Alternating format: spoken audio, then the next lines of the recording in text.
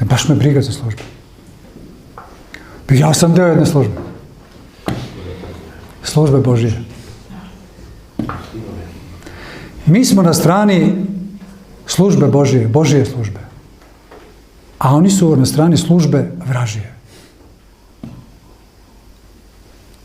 Tako da nam je jako potrebna hrabrost. A hrabrost se stiče Bogom, Duhom Svetim. Hrabrost kao pojam, jedna zanimljiva stvar. Kod Aristotela, recimo, u njegovoj Nikomahovoj etici, Aristotel govori da je srednja mera u svemu uvek najbolja. Naravno, to je potpuno nama jasno hrišćanima, je srednji put, carski put, kao što kažu sveti oci, ni levo ni desno.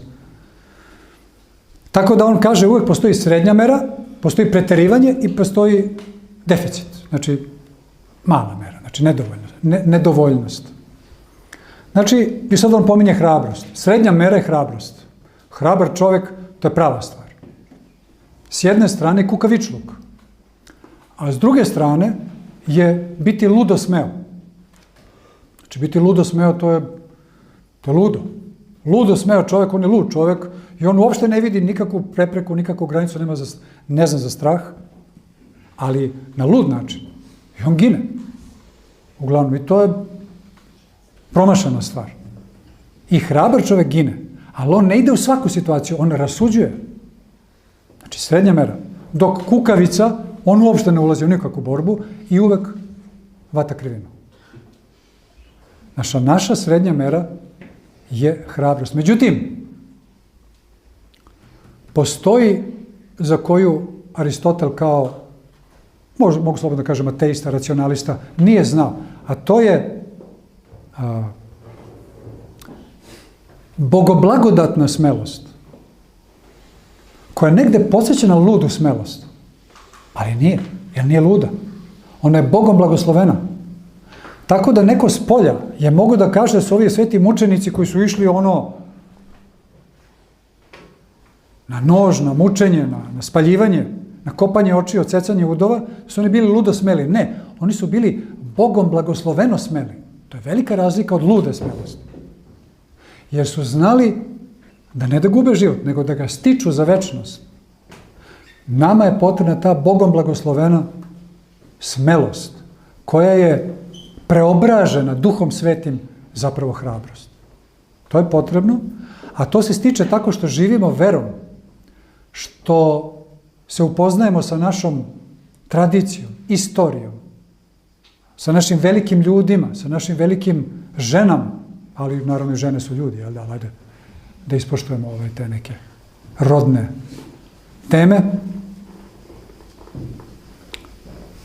da živimo liturgijski, da živimo u veri. Pa čak i dobar deo naših braća i sestara koji nisu baš toliko revnosti, da kažemo, u crkvi, liturgiji, ali ipak imaju u sebi, kad bude stani pani, da se opredele na pravu stranu. Da se mi pomolimo za njih i da mi krenemo, da mi povedemo, da mi budemo na čelu tih litija, tih protesta. Kažem,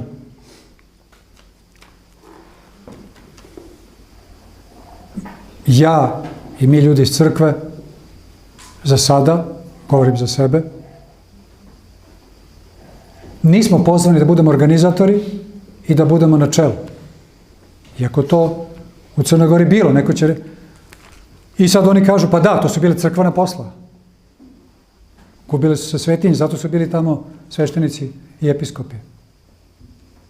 Dobro. Ali, gde ćeš veće svetinje od Srbije, čoveče? Od otadžbine. Ako nemaš otadžbinu, nemaš ni crkvu. Prema tome, za sada, meni nije vreme da se nađem na čelu kolone i da organizujem, da jurim, da okrećem telefone, pozivam poznanike, ali to ne znači da neće doći moment. Pa onda idemo, što kaže Rajo, i da ginemo. Na kraju krajeva i Hristos, koji je znao da će biti razapet i prosto znao da je to nešto što ga čeka. On je ipak begao za vreme svojih 3 godine rada i propovedi, gledao da se izmigolji. Međutim, kada je došao moment, on je krenuo na raspeće. I rekao je, Gospode, ako može ova čaša da mi moiđe, nek mi moiđe, ali ako ne, neka bude volja tvoja. I razapet bi. I šta je bilo? Vaskrsao. I nama svima dao pobedu i život večni. Prema tome, svetitelji, apostol Pavle, koliko puta je bežao?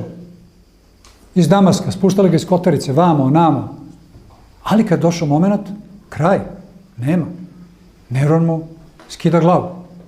Nema više. Znači ima kada radi domostroja, spasenja, koristi i tako dalje, mi pravimo slalome. A na kraju, ako dođemo na cilj, ako moramo da stavimo sve na sud, mi ćemo staviti.